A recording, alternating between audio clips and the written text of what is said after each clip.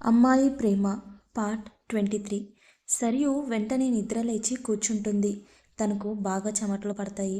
పక్కనే water bottle తీసుకొని గడగడ తాగేస్తుంది. సరియు, ఏంటిది?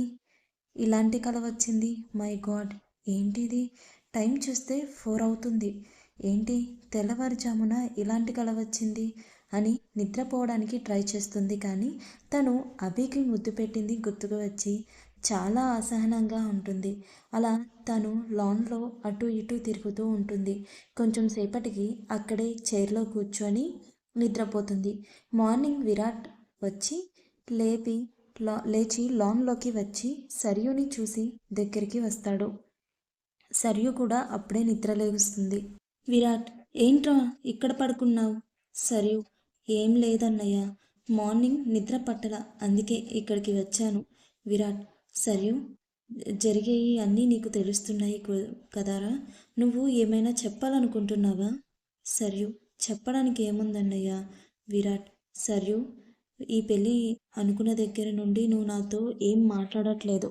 సరియు, నేను రోజు మాట్లాడుతున్నానుగా అన్నయ్య. విరాట్, అలా కాదురా, ఇంతకుముందు నీ మనసులో ఏముందో అన్నీ నాతో షేర్ చేసుకుంటావు, కానీ ఇప్పుడు ఏం చెప్పట్లేదు. నీ మనసులో ఏం ఆలోచిస్తున్నావో అర్థం కావట్లేదు. సరియు, అన్నయ్య, ప్రస్తుతానికి నేనేం ఆలోచించాలి అని అనుకోవటం లేదు. మైండ్ని ప్రశాంతంగా ఉంచాలి అనుకుంటున్నాను.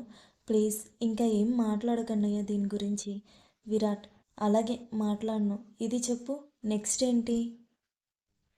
సరియు, అంటే విరాట్, ఇంకా ఎవరినో బలి చేద్దామని ప్లాన్ చేస్తున్నావుగా, దాని గురించి. సరియు నవ్వి, నీకన్నీ తెలుసుగా అన్నయ్య, మళ్ళీ నన్ను అడుగుతావేంటి? విరాట్, నీ మాటల్లో విందామని. సరియు, డాడీ వాళ్ళ ఫ్రెండ్స్లో ఒకళ్ళకి 2 అమ్మాయిలు ఉన్నారంట, మన హరికి అర్జున్కి బాగుంటారని.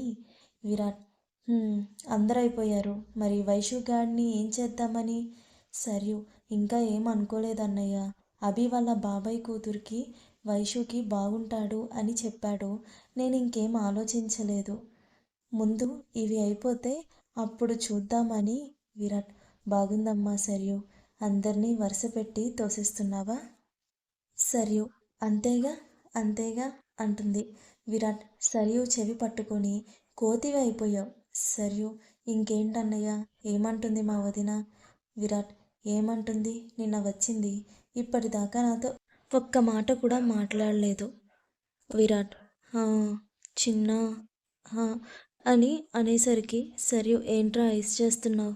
విరాట్, మీ వదినతో మాట్లాడాలి. సరియు, మాట్లాడు, నన్ను అడుగుతావేంటి? విరాట్, మా అమ్మవు కదూ, కొంచెం హెల్ప్ చేయమ్మా. సరియు, సరిపోయింది పో. పోనీలే అన్నయ్య అని చూస్తుంటే నన్ను కొరియర్ బాయ్ని చేసేసేలా ఉన్నావు. విరాట్, ప్లీజ్ ప్లీజ్, నీకు ఈవినింగ్ ఐస్ క్రీమ్ కొనిస్తాను, ఓకేనా?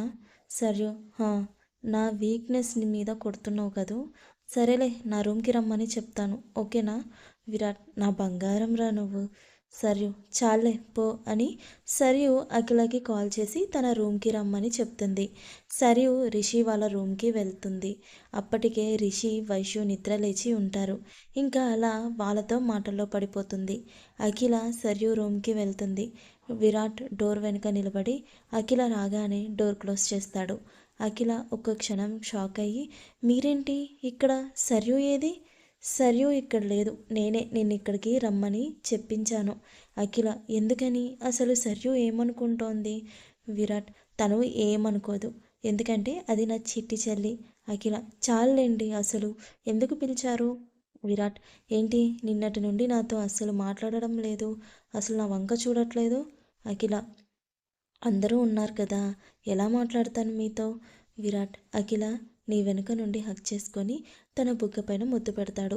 అఖిల సిగ్గుతో కనులు వాల్చేస్తుంది. విరాట్, ఏంటి మరి ఇంత సిగ్గైతే తర్వాత చాలా కష్టం. అఖిల సిగ్గుతో అందంగా నవ్వుతుంది. విరాట్, అలా నవ్వకే బాబు, నేనేం చేస్తున్నానో నాకే తెలియదు, నువ్వు మరీ ఇలా ఉంటే కంట్రోల్ చేసుకోవడం కష్టంగా ఉంది.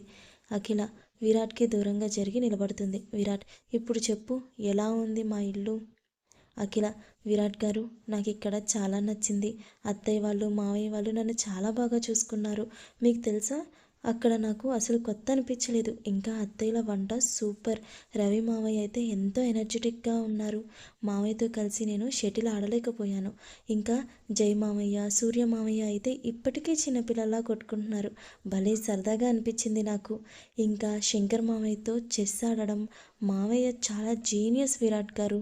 ఇంట్లో ఉన్నంత వరకు నాకేం గుర్తుకు రాలేదు. చాలా హ్యాపీగా గడిచిపోయింది.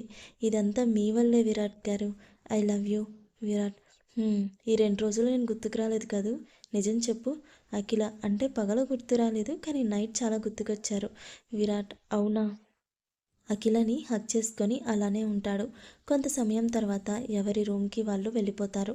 అందరూ ఒక్కొక్కరిగా రెడీ అయిపోతారు. అందరూ టిఫిన్ చేసి హాల్లో కూర్చొని ఉంటారు. కిరణ్ వచ్చి విరాట్, అభి వాళ్ళ నాన్న వాళ్ళు ఒక 15 మినిట్స్లో వస్తారంట. విరాట్ సరే కిరణ్. శంకర్ అందరూ ఒకసారి ఏర్పాట్లు చూడండి. రిషి మీరు సర్యు దగ్గరికి వెళ్ళండి. రిషి సరే పెద్దనాన్న. ఈలోపు వెంకట్ వాళ్ళు వస్తారు. శంకర్ ఇంకా రాలేదు ఏంటా అనుకున్నాను. ఏంటి సంగతి, ఫోన్ కూడా చేయలేదు. వెంకట్ డైరెక్ట్గా చెప్పాలి అనిపించి వచ్చాను. జగదీష్ పెళ్ళి కూడా విరాట్ పెళ్ళి ముహూర్తంలోనే వచ్చింది. రవి ఇది చాలా మంచి విషయం. 2 ఇళ్లలో మొదటి పెళ్ళి ఒకే రోజు అని అంటాడు. చాలా బాగుంది. వెంకట్ అదే మాట్లాడదామని వచ్చాను. ఎటు ఆడపల్లి వాళ్ళుగా అఖిల తరపున పెళ్ళి మా ఇంటి దగ్గర చెయ్యాలి అని అనుకున్నా. ఇప్పుడు 2 పెళ్ళిళ్ళు ఒకేసారి అక్కడే జరిపిద్దామని మా ఆలోచన. శంకర్ దాందేముంది, అలానే చేద్దాం. రిషి 2 పెళ్ళిళ్ళు ఒకేసారి, ఇది నిజంగా చాలా మంచి విషయం అని గోలగోల చేస్తాడు. శంకర్ సరే టైం అవుతుంది, త్వరగా కానివ్వండిరా. ఇంకా పిల్లలు అందరూ పైకి వెళ్తారు. శివయ్య వాళ్ళ ఫ్యామిలీ మొత్తం కారులో వస్తారు. శంకర్ గారు అతిథి మర్యాద ఇచ్చి అందరినీ కూర్చోపెట్టాడు. ఇంకా ఆడవాళ్ళందరినీ శివయ్య కుటుంబానికి పరిచయం చేస్తాడు. పద్మ ఆద్యని ఎత్తుకొని పాప చాలా ముద్దుగా ఉంది అని అంటుంది. మరిషి ఎంతసేపు చెప్పాడో పాప గురించి. పాప అలా ఉంది, ఇలా ఉంది, నాతో ఆడుకుంది అని చాలా చెప్పాడు. సింధు నిజంగా పాప బంగారు బొమ్మలా ఉందమ్మా, అమ్మ పోలిక. శివయ్య కుటుంబానికి చాలా సంతోషంగా ఉంది. వాళ్ళు అలా పాపని దగ్గరకు తీసుకొని మాట్లాడుతుంటే ప్రియ అమ్మ అఖిల అని అఖిలని పిలుస్తుంది. శంకర్ అఖిలని పరిచయం చేస్తాడు. శంకర్ బావగారు ఈ అమ్మాయి మా ఇంటికి కాబోయే కోడలు అఖిల. మా విరాట్కి అఖిలకు పెళ్ళి ఇంకో 15 రోజుల్లో. అఖిల అందరికీ నమస్కారం చేస్తుంది. శివయ్య మల్లేశ్వరి కాళ్ళకు దండం పెడుతుంది. ప్రియ అఖిల మౌనికని పైకి తీసుకువెళ్ళు. అఖిల అలాగే అత్తయ్య అని మౌనిక అఖిల పైకి వెళ్తారు. పిల్లలు అందరూ కూర్చొని మాట్లాడుకుంటూ ఉంటారు. మౌనికని చూడగానే రిషి ఆద్యాని ఎత్తుకొని మౌనికని అందరికీ పరిచయం చేస్తాడు. వైషు అక్క బాగున్నారా. మౌనిక బాగున్నాను. అర్జున్ అక్క బావగారు వచ్చారా. మౌనిక కిందున్నారు.